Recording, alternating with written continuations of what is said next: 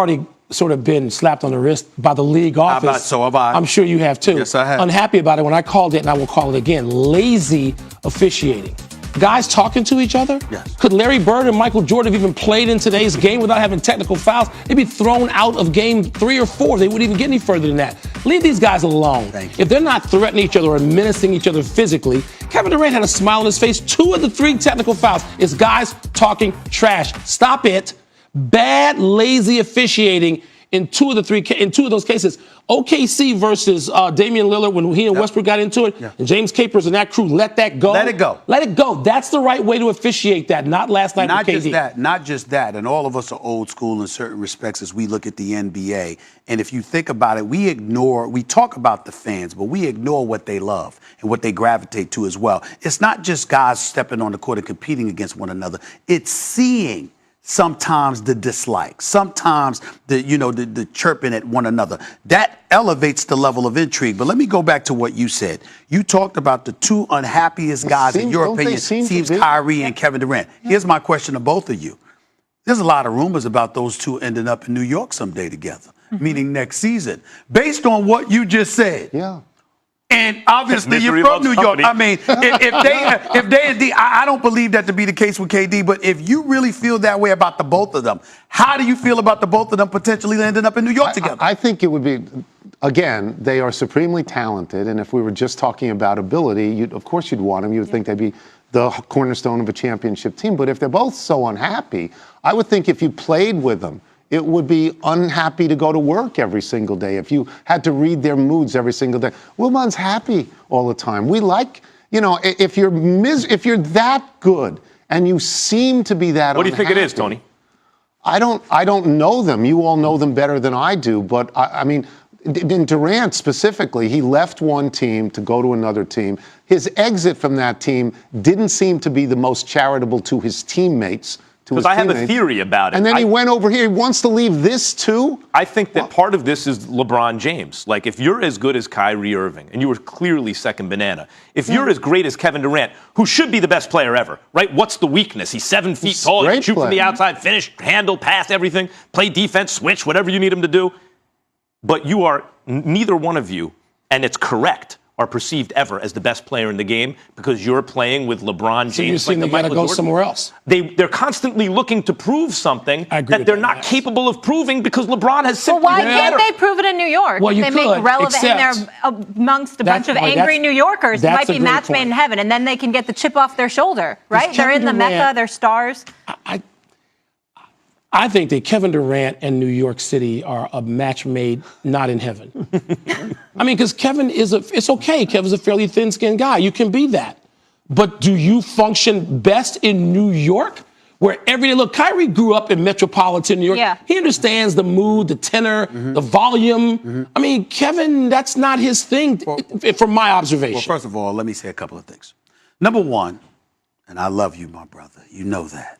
I don't want to hear this from you, you Chicago lover. I'm a New Yorker who has been starving for something respectable. And what I want a shot. The New York Knicks haven't had it. That's right. You and KD go at it all the time across the country. But in a very fun-loving kind of fashion. There's no animosity between me and KD. I know how surreal that brother is. And for a dude, the last time the New York Knicks won a championship, I was 5 years old. Five.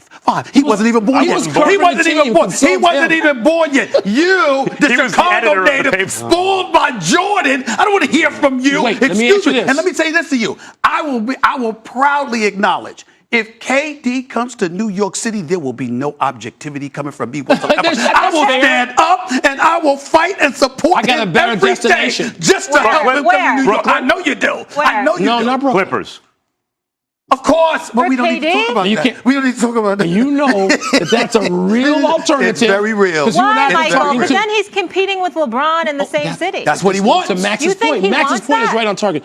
Molly, Max is blasphemous. He's a native New Yorker. Listen, suppose the Clippers, who would be better positioned to contend seriously in the Western Conference the next 2 years. All right? A playoff team adds Kevin Durant and something else. They can add 2 guys. Championship, because they take them off of Golden State. At that point, is LeBron in your rearview mirror? Let's be honest about this. He might be. But that's not an iconic franchise. Doesn't have to be that iconic. You're turning You around, can make it iconic. like the New York Knicks. Doesn't have to be iconic. Let me answer this. You can make the let me Clippers answer. iconic? Let me answer.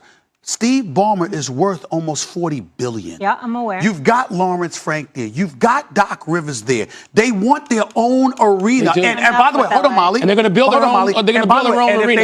If they don't build their own arena in LA, he might move them back to Seattle. Let me tell you something. Do the right thing. They can become iconic. I want to bring it back to Brooklyn for a second. Sure. Because in a larger sense, it's New York, right? Not just the Knicks. He tells me every day Brooklyn's not New York. But here's the thing. Mr. Long Island. Because when Kornheiser was a kid, Brooklyn was the 4th largest city, like welcome back Cotter style, right? He went upstairs on the roof an hour ago and looked at it and he said, a guy born and raised in New York. In New York? He goes, and that's Brooklyn, isn't And I'm from Queens, and even I wouldn't say that, Tony. Tony, you would appreciate this. I feel like I should pay money to be here and just watch you scream. Brooklyn hasn't had a major league franchise since the Dodgers left. It is a sexy destination. People left. It is a sexy destination. People around the world name their kid Brooklyn from other countries and stuff. Like it rings bells around the world. If KD and Kyrie met up in Brooklyn, they don't face the same pressure as the Knicks, the same dysfunction as on the Knicks. Clearly, the Clippers and the Nets are better options than the Knicks, but we're praying. What am I missing? Why is that a bad idea? Mr. New York, tell us. Well, I would tell you this, and you know this in Chicago. It doesn't really matter how many championships the White Sox win. They're never going to be the Cubs. Thank you. And it doesn't really matter how many championships the Mets win, because they're never going to be the Yankees. And the Knicks are the Knicks. And it doesn't matter what other borough you're in, or if you're out on Long Island, or if you're in Jersey. It doesn't really matter. If you restore the Knicks to greatness, you're in the pantheon at that point. If you I like that argument. Knicks. I like it. I knew you'd like it. I like it. I like it. We'll go with that. Real quick, before we go to break, do you really think Kevin Durant's that easily miffed, or do you think that he just knows how to stir the pot now? I think he enjoys it to that's some what I mean. degree. I don't think he's easily miffed at all. And the Kevin Durant, by the way, to peek behind the curtain, the guy that we see, he goes crazy about this. He goes, because he talks to you and Stephen A. and other people. But the guy that we see after games who will sit there and explain, he did one of those chalk talk things the other day on camera. That's the guy we often see throughout the playoffs on a nightly basis. Do you see that same Kyrie Irving? Here's the deal. Do you see that? But here's the important point. Yeah, I do. Because talking to both of them, here's the deal. And this is what I think we need to be careful about. Just because you express yourself, even with attitude, doesn't make you weak. It only makes you weak if you turn around and don't perform. Kevin Durant was annoyed at all of this noise about Patrick Beverley and the Clippers defending him. He explained and then went out and said to the world, let me show you what I could do anytime I want. Right. If that is what we get in New York, please Gotta leave it there. Nets will never be the Knicks. Clippers will never be the Lakers. I beg to differ. Still to come, guys. Who has more long